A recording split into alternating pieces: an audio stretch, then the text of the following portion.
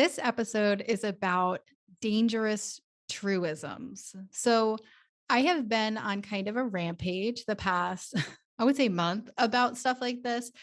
And it started because we were talking about something internally in the team. And I said to Jess, hey, like, let's get this off the ground. Let's get this initiative we've been talking about going. Let's get it going like today or this week. And Jess said, well, I don't think I'm going to have time this week or today to like really lay out SOP, standard operating procedure for this, a strategy, like all the details before it happens. And I said, don't worry about it. Just go for it. Just implement it, even if it's sloppy. Dun dun dun. So so I implemented it and that was really helpful because it just gave me permission to like run with this particular idea that like honestly we've been talking about for a really long time and it's just like has never felt like the right time or just didn't ever feel like there was the time and space to do it and do it well. And yeah, so Margie had said like just do it even if it's sloppy, like we can always clean it up. And I shared about that in our mastermind group. I forget like the exact post or whatever, but I just shared that because it was a helpful reminder for me of like it was just in the vein of like not everything has to be perfect before you start. And have this conversation with entrepreneurs all the time before podcast guesting. So a lot of people are like, my messaging isn't right, or I'm this, or I'm not ready with my funnel yet. My website's going to be rebuilt. And it's just like, you kind of just have to start even if it's not perfect, like you have to start. And so Margie saw my post about that and she like side texted me and was like, hey, I just want to make sure you know that you can't just do everything sloppy. That's a paraphrasing, but basically Yeah. yes. And that was because I saw that post and I was like, that is good advice. Like Hmm. just go, even if it's sloppy is good advice, but it's not universally good advice.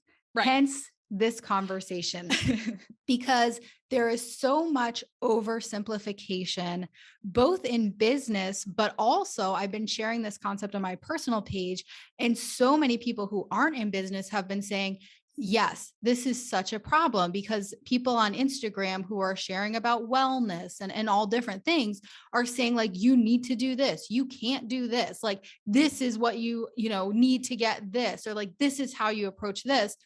And there's nothing wrong with that type of thing. There's nothing wrong with short, punchy statements. That's sometimes what makes really good marketing, right? It makes it really memorable. It makes it really almost controversial. It really hits you. It has an impact.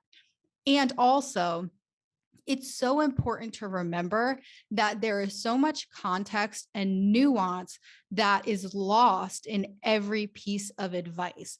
So I want to initiate this conversation about, yes, there's great advice out there. And also you need to trust yourself and what's a good fit for you and for your business. So when I reached out to Jess, it was a beautiful post, by the way. Thank But you so much. but I reached out and I clarified for this and for many other things, this was the right approach.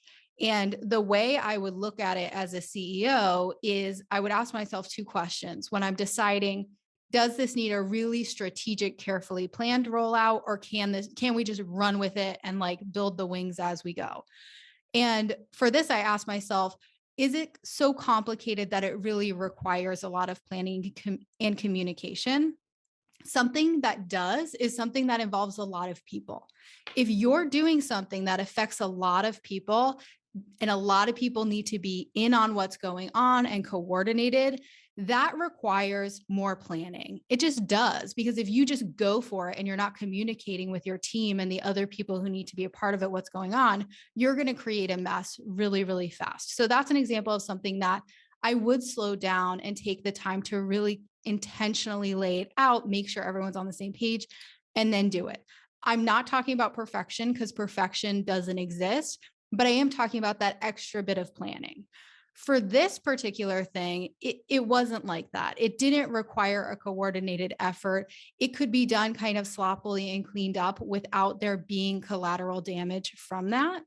The other thing, the second question I would ask is, if this is something that really needs to be done. So first of all, is this something that really needs to happen? If the answer is yes, the next question is, will it ever happen if we wait until we have a perfect system and strategy laid out? So for this, I felt that yes, it's really important that it happens. And no, it will never happen, because even though it's important, there were so many other things that were always going to take priority over it. So that was how I evaluated that and came up with just go even when it's sloppy, because for this situation, that was 100% the right advice.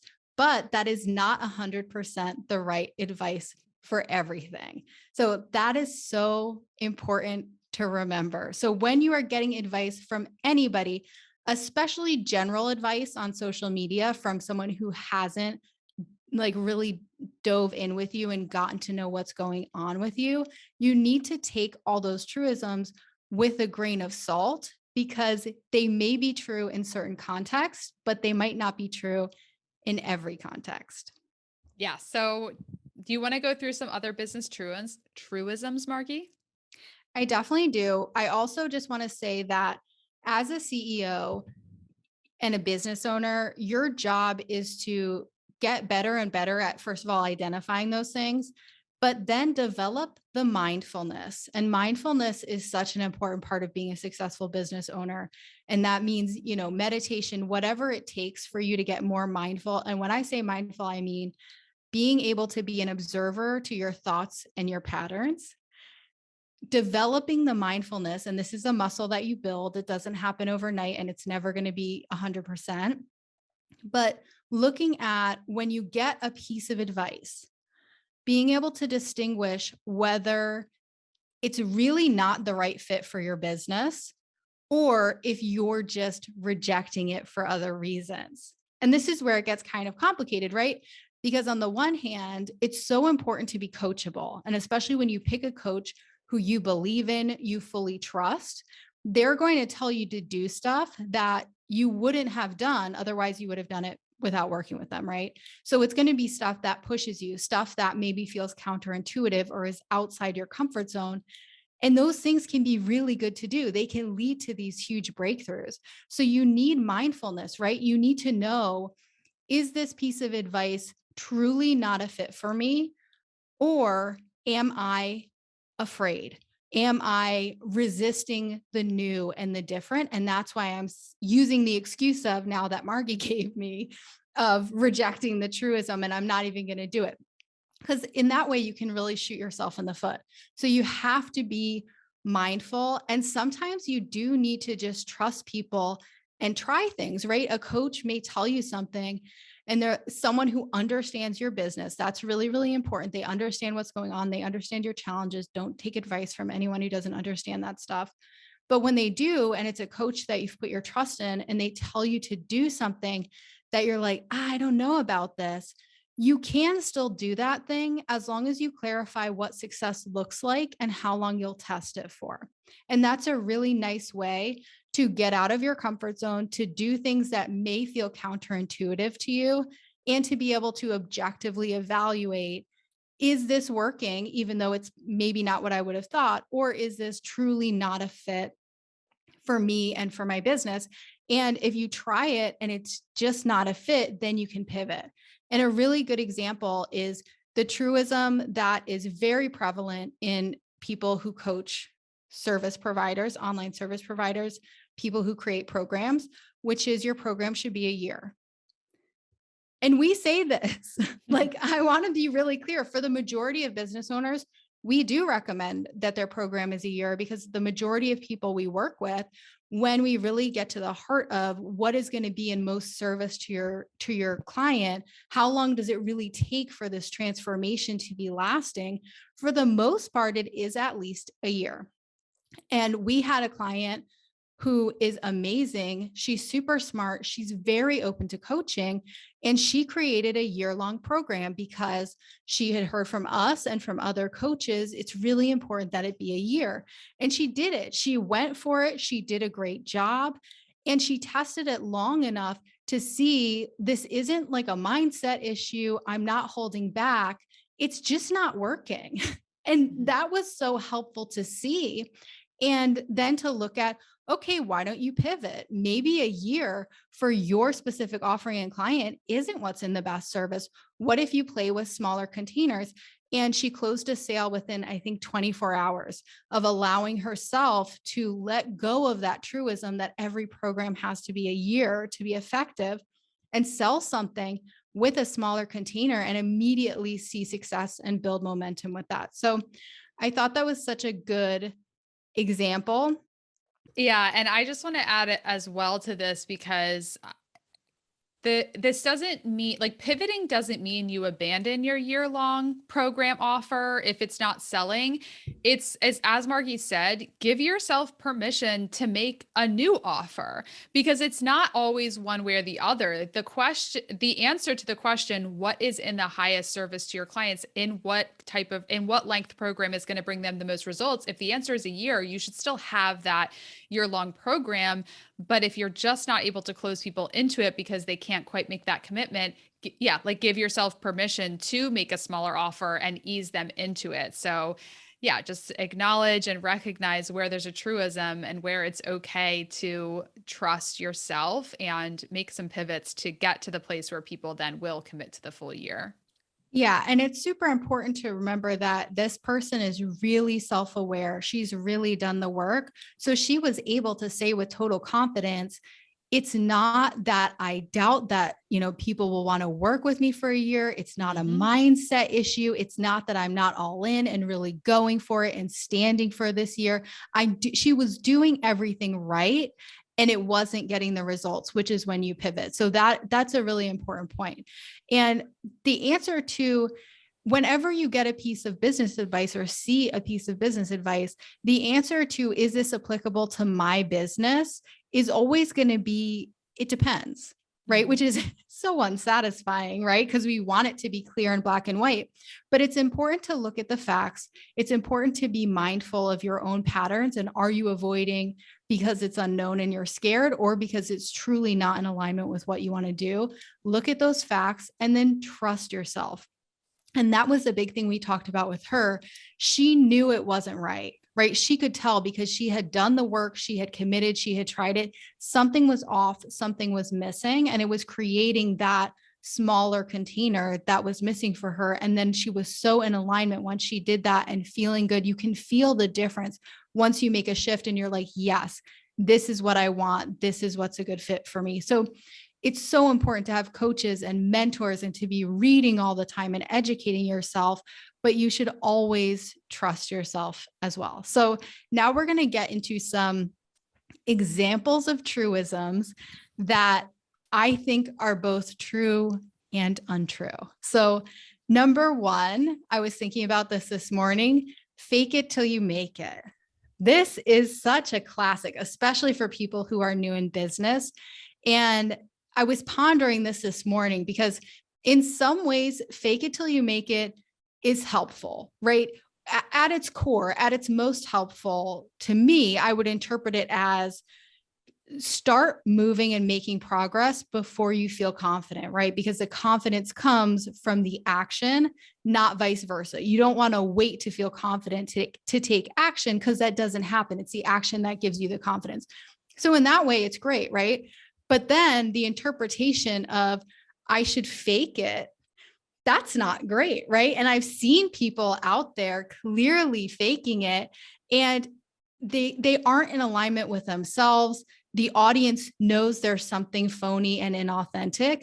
So in that way, I think it can be dangerous advice. So this is an example of something that is not necessarily good or bad, but depending on who you are and how you interpret it, can yield very different results. Number two, pay yourself first. So I love profit first. I think this is great. We just had a coaching call today with our clients, and there wasn't agreement about this. And I love that so much, right? Because it's not one size fits all. Like certain clients were talking about the breakthrough of paying myself first and really starting out that way was so powerful for my cash flow, so powerful for me energetically. Then we had another entrepreneur, a very successful multi 7-figure business owner, who said, yeah, I always pay myself first because, I have the money to do it. I have a very successful, profitable business. And I asked him, did you always do that? And he said, no, for 6 years, I didn't. So he was not paying himself at all and reinvesting in the business. So you have two totally different, totally on the surface, opposing viewpoints on pay yourself first. And both camps are very successful entrepreneurs. So there is not just one size fits all or one answer. The next one, I pulled this quote because I was Googling business truisms for this episode. Hard work beats talent when talent doesn't work hard. And the variations of this quote, especially in the entrepreneurial world, it's everywhere. Hustle, grind, like be the hardest working person in the room. Like these are so popular, and so many of the people who are saying them are legitimately successful people, which makes it very hard to dismiss them. But also, I actually believe you should dismiss them. And hard work, there are people who are working very, very hard in this world who will never make any money. I have worked harder at $8 an hour jobs than I do now in terms of just hard work. Was that hard work yielding results? Nope. I work less now. I make more money and I accomplish way more in the work that I'm doing. I do not believe in grind culture. I think it really depends on the person. Some people thrive in busyness. They love to have a lot to do. They love to implement. They just enjoy it. And some people are really drained by schedules like that and the type of thinking and work they're able to produce if they're in that grind is not their best work. Energetically, it's totally out of alignment. I'm like that. If I grind, if I exhaust myself, my number one asset, which is the way that I think and my strategy, gets weaker and weaker and weaker, and I'm just not valuable to the company anymore. So I love this one. I think people might get mad about this, but it's not that there's anything wrong with hard work. But I saw someone, I think it was Talking Shrimp actually, who posted on her Instagram. And I really liked what she said, and I am probably butchering it and paraphrasing it, but it's a first statement on this that I felt so in alignment with. And she said, I don't work really hard. I go hard on things that feel easy. And that really is in alignment with me because I'm not a lazy person, right? I'm ambitious. I'm going for it. But the grind and the hard work and the hustle doesn't align with me because that's not how I produce my best work. So not saying that hard work doesn't amount to anything. There's tons of examples of people who worked really hard and accomplished so much. But again, like all of these, there's really two sides to it. Yeah. And it's so subjective too, hard work, because you could absolutely argue that you do work really hard, but it doesn't look the same as somebody else working really hard. And I think, the other big breakthrough for me this year was when you essentially said to me, like, I really don't care like how much effort you put into it. I'm really just looking for the results. And that can be kind of a slap in the face at first because you're like, cool. But then you realize we're like, well, wait a second. If I can produce the same or more results from less work, like, wouldn't that be great for everyone? Yeah. Like I would prefer that for sure. So, that's one thing. And then I also, we just finished our masterclass, which is a very intense time, for our sales team where we're working really long hours. And I was saying when I was working with Sammy, I was like, we reached a point, on like Saturday night, I was like, okay, I think it's time to stop because I'm now feeling like I'm pushing as opposed to inflow. And so being really, again, going back to the mindfulness, being really mindfully aware of when you feel like you're pushing and grinding and hustling, because working the same amount of hours, but feeling like in flow and like there's ease and what's happening and it's in alignment, again, higher results, less stress and feeling like you're working hard. Yeah, I love all of that, especially the focus on results. And I think in our culture, the grind has become glorified, and I think it's dangerous for people's mental and physical health. This idea that being overwhelmed and being stressed all the time is a badge of honor, right? I let's let that go. That's not healthy. And see the way that really has become a part of our culture, because when you're mindful of it, you can be free of it, right? Being really stressed out, being really overworked and overwhelmed is not a sign of success. I would argue that a sign of success means that you have great focus, that you're doing the things that actually generate the results, and that you're taking care of yourself so that you're actually able to enjoy your life as you're doing the things that are accomplishing what you want for your future. All right. Don't micromanage. This is a great one. This is also inspired by a client. And this is something I see all the time. We have been on a journey since we first switched over to employees in 2017. That is a brutal learning curve when you don't have, especially we didn't at that time have a coach or mentor who had experience with leadership and management. So we were really winging it.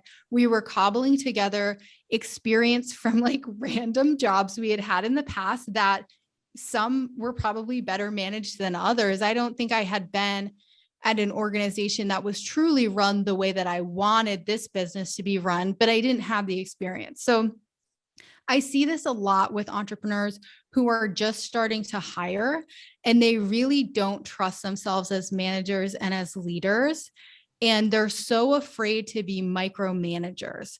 And what I see is kind of a pendulum swing with these people where, and no judgment, we have been these people where it's like, they're either so standoffish because they're like, I'm delegating, like, there you go. You know, I read in a book that you should always delegate, another truism, which is true. Delegation is so important. And also it needs to be done correctly, because if you hand off tasks to people who aren't qualified to take them on, or aren't ready to take them on, or don't clearly understand what they need to do and how to be successful because you haven't done a good job communicating it and taking the time to develop and test their understanding before handing it off, you end up just kind of being like avoidant, right? And being like, okay, you do that. I'm going to focus on this other stuff and this is taken care of. And then you're like, wow, it feels so good. I don't even have to worry about this anymore.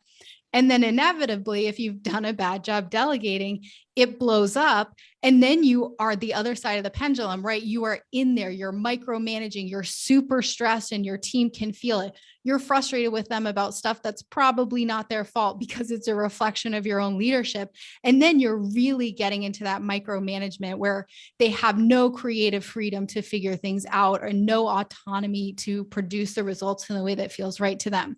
So I think this fear of micromanagement makes a lot of people go in the opposite direction, which then leads to that pendulum swing. So there's a difference, and we're going to do a podcast episode on this month, but there's a difference between micromanaging and being a stand for excellence. So first of all, as a CEO, you need to really be mindful and objective and look at, am I micromanaging? Is this coming from an energy that is fearful and controlling? And if it is, great. This is an opportunity for you to improve and get better, because that's not good. Or am I standing for excellence?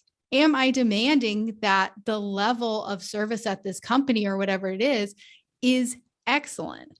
And that's not a bad thing. Being a stand for excellence, not going down and joining people at mediocrity, but standing firm in excellence so that people rise to join you, is one of the most powerful things a business owner can do. And we're going to do a full episode on this. So I think this fear of micromanagement and this truism of that, like, never micromanage, causes people to go too far in the other direction. So it's true. You don't want to be micromanaging. You don't want to be really controlling and managing your team from a place of fear. And also don't avoid your team because you're afraid to micromanage, because you can work through that. You can develop as a leader, but only if you actually get on the court with them.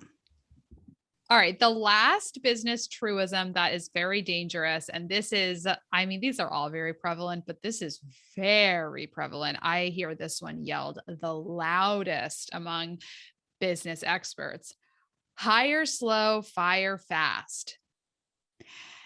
We have over 20 employees, full-time employees. We have been hiring employees since 2017. Be very careful with this truism. Okay. So let's first talk about in what ways is this true, right? Hire slow. You want to make sure that you are hiring the right people. There's a thorough application process. You're screening, you're doing interviews, you're calling references, right? You're doing your due diligence, right? In that respect, yes, hire slow. Make sure that you're hiring the right people. Fire fast. Don't keep people longer than they should be around. If there are red flags in the beginning, those red flags are probably not going to disappear, right? So you want to, fire fast in that respect. How is this not true? There are times when you have hired an employee who is not hitting the metrics in the beginning. And they will, if you give them the right amount of time and training. Look at why aren't they hitting their metrics? Why aren't they succeeding? Have they been trained properly? Are they set up for success? Are you checking in with them? Are you auditing their work? Why aren't they hitting their metrics? Like, so if you just fire everyone fast because they're not doing well, you're never going to improve as a leader, as a trainer, as a manager, as a mentor. So this is not a one size fits all piece of advice. There's a lot of factors to consider when you want to terminate an employee and when somebody needs more time to be trained and nurtured. So be very careful with this. And I want to just say, if you are hiring employees, you need to have an HR consultant that is helping you. You need to have a lawyer who knows about employee laws. Contractors, it's a little bit more cut and dry to end a contract or start something with a VA. But if you have employees, be very careful not to execute on hire slow, fire fast as a blanket one size fits all rule, because it's going to get you sued if you're not careful. Yeah, that's a great way to get sued. And whenever you're hearing advice about HR hiring, firing from someone who's not a legal expert or an HR expert, you really, like all of these truisms, need to take it with a grain of salt. There are times when you can't just hire people. I mean, you can't just fire people really fast if you want to be compliant with the laws. So like Jess said, this is both true and not true. Like there are ways that we do this, right? We have a 30-day boot camp for new agents that is a comprehensive, in-depth training. It takes 30 days just for them to get through this training period. We have a 180-day probationary period for employees. So it takes about 6 months to be able to see if someone is a great fit for the job or not. So that probationary period gives us the flexibility. If someone's not a good fit, it makes it a little bit easier to part ways. So in that way, we really do that.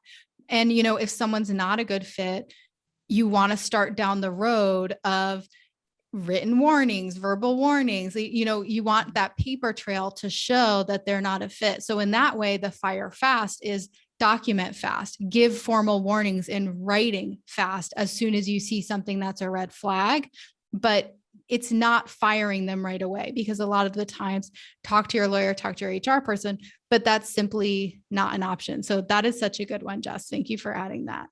Of course. Well, we've given you a lot of business truisms today, and just the takeaway here, the moral of the story: not every piece of advice is one size fits all. You need to know that every piece of advice needs to be applied to your business. And you also have to increase your level of trust in yourself. Another thing that we've talked about, Margy and I, is like, we work with multiple coaches. We are in multiple programs that sometimes have very conflicting pieces of advice from two very, credible sources. And so what do you do when you have two conflicting pieces of advice from people you trust? You listen to yourself. You make a decision based off of your own experience and your own expertise. So, yeah. Anything else, Margy? No, I think everything you said, trust your judgment, Try and be as objective as possible when you evaluate, is this piece of advice actually good for my business? Be mindful of if fear is coming up and that's why you don't want to implement, or you truly have an instinct that it's not a good fit.